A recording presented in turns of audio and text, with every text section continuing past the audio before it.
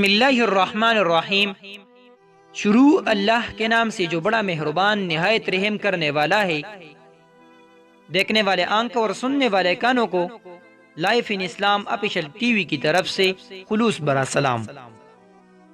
معزز سامعین کرام، مشہور مورخ ابن اسحاق رحمہ اللہ کہتے ہیں، جب حضرات انصار حضور صلی اللہ علیہ وسلم سے بیعت کر کے مدینہ واپس ہوئے تو اسلام مدینہ میں پھیل گیا۔ کچھ لوگ اپنے پرانے دین پر باقی رہے، انہیں میں سے عمرو بن جموح رضی اللہ عنہ بھی ہے۔ ان کے بیٹے حضرت معاذ رضی اللہ عنہ عقبہ میں حضور صلی اللہ علیہ وسلم کے ہاتھ پر بیعت کر چکے تھے۔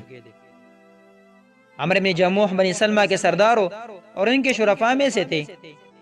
انہوں نے اپنے گھر میں ایک لکڑی کا بت رکھا تھا جس کو منات کہا جاتا ہے۔ جس طرح وہاں کے دیگر شرفاء کیا کرتے تھے، اس طرح یہ بھی اس کی صفائی و ستھرائی کا دن رات خیال رکھتے تھے۔ جب بنی سلمہ کے جوان معاذ بن جبل اور خود ان کا بیٹا معاذ بن عمر مع دیگر اپنے خاندانی جوانوں کے عقبہ پر مشرف بہ اسلام ہو چکے، تو یہ حضرات عمر کے بت خانے میں جاتے اور اس بت کو اٹھاتے اور بنی سلمہ کے بغض گڑوں میں اس کا سر اندھا کر کے ڈال دیتے، جس میں لوگوں کی غلاظت اور نجاست پڑی ہوتی تھی۔ صبح کو عمرو بن جموح چلتے اور کہتے، تمہارا ناس جے ہمارے معبود کو آج رات کون لے گیا، اور صبح ہی صبح اس کی تلاش کرتے۔ جب اسے پاتے غسل دیتے، صاف کرتے اور خوشبو لگاتے، اور پھر کہتے، خدا کی قسم اگر مجھے معلوم ہو جائے کہ تیرے ساتھ یہ کس نے کیا ہے تو اس کی اچھی خاصی گد بنا دوں۔ شام کو جب عمر سوتے، یہ لوگ علی صبح یہی حرکت کرتے۔ جب یہ روزانہ کا قصہ ہونے لگا تو ایک روز جہاں یہ لوگ ڈال کر آئے تھے، وہاں سے بت کو لے اور پاک صاف کر کے اس کی خوشبو لگائی اور اپنی تلوار لا کر اس کی گردن میں لٹکا دی۔ پھر کہا، اللہ کی قسم میں تو جانتا نہیں کہ تیرے ساتھ یہ گستاخی کون کرتا ہے۔ اگر تو اپنی بھلائی چاہتا ہے تو یہ تلوار تیرے پاس سے، اس کے ذریعے بچاؤ حاصل کرنا۔ جب شام کو یہ سو گئی تو ان لوگوں نے ان کی بت کو مع تلوار لے کر ایک مرے ہوئے کتے کے ساتھ رسی میں باندھ کر بنی سلمہ کے ایک ایسے کنویں میں ڈال دیا جس میں لوگ پلیتیاں پھینکا کرتے تھے۔ عمرو بن جموح سویری ہی تلاش میں اس جگہ پہنچے جہاں یہ روز ڈالا کرتے تھے۔ وہاں نہ پایا تو اس کی تلاش شروع کی۔ ایک غلاظت کے کنویں میں جا کر ملا جو مرے ہوئے کتے کے ساتھ باندھا پڑا تھا۔ جب اس کو حالت میں دیکھا تو ہدایت کی آنکھیں روشن ہو گئی۔ ان کے قوم کے مسلم نوجوانوں نے انہیں سمجھایا اور یہ اسلام لے آئے۔ اللہ کی ان پر رحمت ہو، اپنی اسلام میں بڑے سچے پکے تھے۔ ایک حدیث میں اس طرح ہے کہ جب بنی سلمہ کے نوجوان مسلمان ہوئے تو عمرو بن جموح کے بیوی اور ان کے صاحبزادے نے بھی اسلام قبول کر لیا۔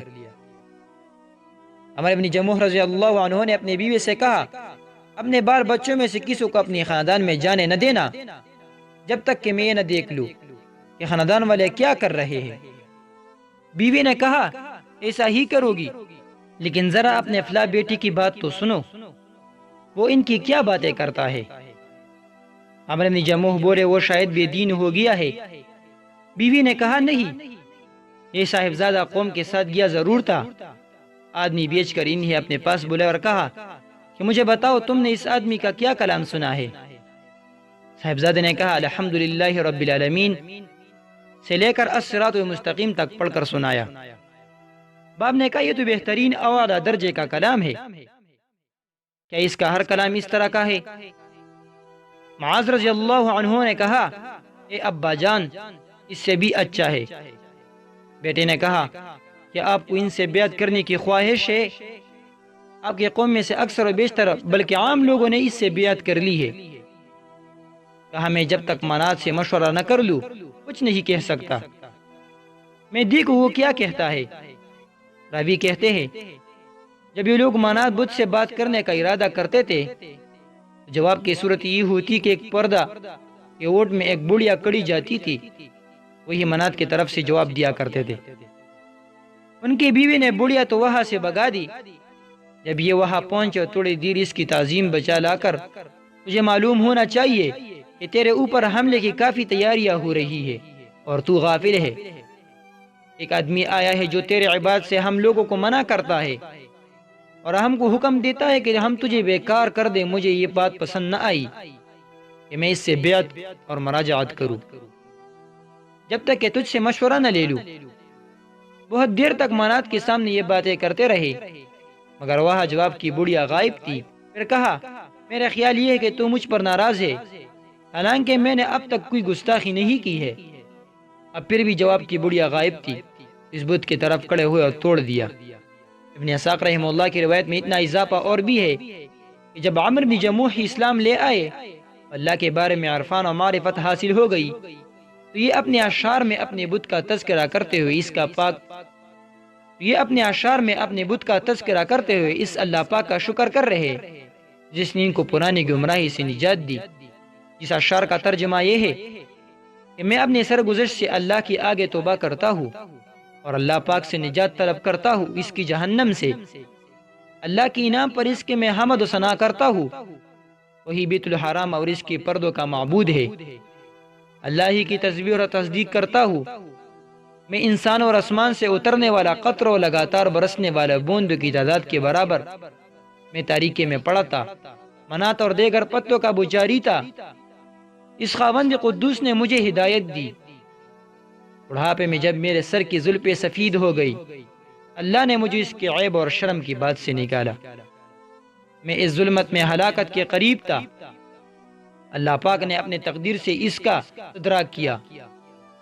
میں جب تک زندہ ہوں اس کے حمد اور شکر کرتا رہوں گا، جو تمام مخلوق اور تمام جابر لوگوں کا خدا ہے۔ ان اشعار کے کہنے سے میرا مقصد یہ ہے کہ میں اللہ کے گھر میں اس کا پڑوسی ہو جاؤں اور اپنے بت کی ہجوم میں شعر کہتے جس کا ترجمہ یہ ہے، خدا کی قسم اگر تو معبود ہوتا تو تو مرا ہوا کتا کنویں کے بیچوں بیچ ایک رسی کے ساتھ بندھا ہوا نہ ہوتا۔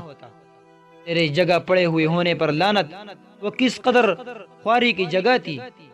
اگر میں تجھے تلاش کر کے اس خواری کی جگہ سے نہ لاتا تو اوندہ ہی پڑا رہتا۔ اس اللہ پاک نے مجھے اس سے پہلے بچا لیا کہ میں قبر کی تاریکی میں رہا نہ رکھا جاتا۔ تمام تعریف اس خدائی برتری کی جو احسان کرنے والا، عطیہ کا دینے والا، رزق کا بخشنے والا اور بدلے کے دن کا مالک ہے۔ یہ واقعہ حیات الصحابہ جلد نمبر 2 میں ذکر ہے۔ یہ حضرت عمرو بن جموح رضی اللہ عنہ کی سیرت تھی۔ آخر میں اللہ تعالیٰ سے دعا ہے کہ اللہ تعالیٰ ہمیں صحابہ کے نقش قدم پر چلنے کی توفیق عطا فرمائے۔